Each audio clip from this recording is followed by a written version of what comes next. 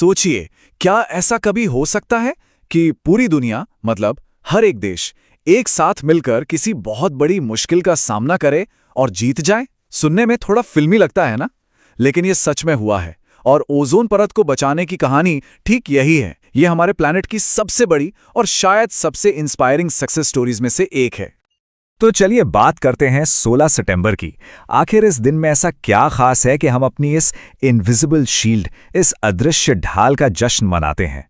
चलिए इस कहानी की परतों को एक एक करके खोलते हैं।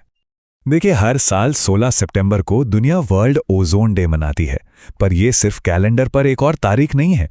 ये एक रिमाइंडर है, एक याद दिलाने का दिन कि हमारे सिर के ठीक ऊपर जो ओजोन लेयर है वो कितनी ज्यादा कीमती है, और ये भी कि उसे बचाने के लिए हम सबका एक साथ आना कितना कितना जरूरी था।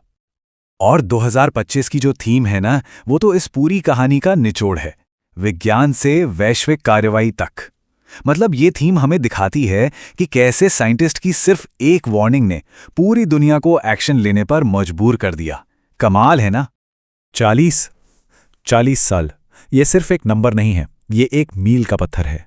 ये उन दो हिस्टोरिक समझौतों के 40 साल पूरे होने का प्रतीक है, जिन्होंने असल में ओजोन को बचाने की इस लड़ाई की नींव रखी थी। सोचिए, ये एक पूरी जनरेशन का संघर्ष और उसकी जीत है। तो अब सवाल आता है कि आखिर ये पृथ्वी का सुरक्षा कवच है क्या चीज? ये कोई फैंटेसी फिल्म का कॉन्सेप्ट नहीं है। नहीं, ये हमारे एटमॉस्फेयर का एक बहुत बहुत जरूरी हिस्सा है। तो देखिए, ओजोन यानी O3, इसे ऐसे समझिए, जिस ऑक्सीजन में हम सांस लेते हैं वो है O2। ओजोन उसी का एक सुपरचार्ज्ड भाई है, O3। ये गैस हमारे प्लैनेट से करीब 10 से 30 किलोमीटर ऊपर स्ट्रैटोस्फेयर में एक पतली सी चादर की तरह फैली हुई है। दिखती नहीं है, पर हमारे लिए ये एक लाइफ सेवर है। अच्छा, तो ये लेयर करती क्या है? सीधे सीधे कहें तो ये हमारे प्लैनेट का नेचुरल सनस्क्रीन है। सूरज से आने वाली जो खतरनाक अल्ट्रावायलेट या यूवी किरणें हैं ना, ये उन्हें सोख लेती है। यही वो किरणें हैं जिनसे स्किन कैंसर और मोतियाबिंद जैसी बीमारियां होती हैं। और बात सिर्फ इंसानों की नहीं है, ये हमारी फसलों को, हमारे पूरे इकोसिस्टम को बचाती है। सच कहूं तो इसके बिना शायद धरती पर लाइफ जैसी हम जानते हैं पॉसिबल ही नहीं होती। लेकिन जरा सोचिए, क्या हो अगर यही सुरक्षा कवच, यही शील्ड टूटने लगे? 1980s में साइंटिस्ट्स को ठीक इसी बात का डर सताने लगा। उन्हें पता चला कि हमारे आसमान में एक छेद हो रहा था।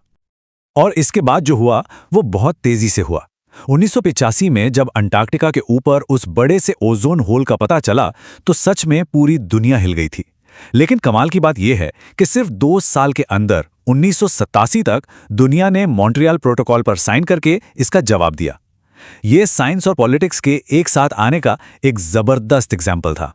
अब सवाल था कि इसका जिम्मेदार कौन है? साइंटिस्ट्स ने बहुत जल्दी ही मुजरिमों को पकड़ लिया। ये थे कुछ केमिकल्स जिनका नाम था क्लोरोफ्लोरोकार्बन्स, या शॉर्ट में कहें तो CFCs। और पता है ये कहाँ इस्तेमाल होते थे? हमारे आपके घरों में, फ्रिज में, AC में, स्प्रे कैन्स में। ये केमिकल्स हवा में ऊपर जाते थे और हमारी ओजोन लेयर को धीरे धीरे खत्म कर रहे थे। तो जब इतना बड़ा खतरा सामने आया तो पूरी दुनिया ने मिलकर एक ऐसा कदम उठाया जैसा इतिहास में पहले कभी नहीं देखा गया था। और वो कदम था मॉन्ट्रियल प्रोटोकॉल। सुनिए, ये सिर्फ एक और इंटरनेशनल एग्रीमेंट नहीं था, ये एक मील का पत्थर था। इसने पहली बार दुनिया को ये दिखाया, ये साबित किया कि अगर सब चाहें तो मिलकर पर्यावरण को बचाने के लिए असल में जमीन पर कुछ ठोस कर सकते हैं। 100%, 100%। इसका मतलब जानते हैं?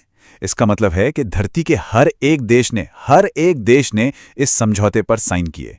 UN की पूरी हिस्ट्री में ये अकेली ऐसी ट्रीटी है जिसे यूनिवर्सली सबने अपनाया है। और ये क्या दिखाता है? यही कि जब दांव पर पूरी इंसानियत का भविष्य लगा हो तो हम सब एक हो सकते हैं।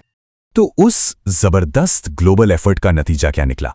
नतीजा ये है कि आज हमारी ओजोन लेयर धीरे धीरे ही सही पर ठीक हो रही है, हील कर रही है। दशकों पहले जो फैसले लिए गए थे उनकी वजह से हमारे प्लैनेट का ये सुरक्षा कवच, ये शील्ड फिर से मजबूत हो रही है। तो ठीक है, ये तो हो गया पास्ट, लेकिन ये कहानी हमें आज के लिए क्या सिखाती है? ये सिर्फ एक हिस्ट्री लेसन नहीं है, ये तो भविष्य के लिए एक होपफुल ब्लूप्रिंट है, एक उम्मीद भरा नक्शा। इस पूरी ओजोन स्टोरी से हम 3 बड़ी बातें सीख सकते हैं। पहली, कि साइंस हमें आने वाले बड़े खतरों के बारे में वार्न कर सकता है। दूसरी कि ग्लोबल कोऑपरेशन, यानी जब पूरी दुनिया साथ आती है तो उसमें गजब की ताकत होती है।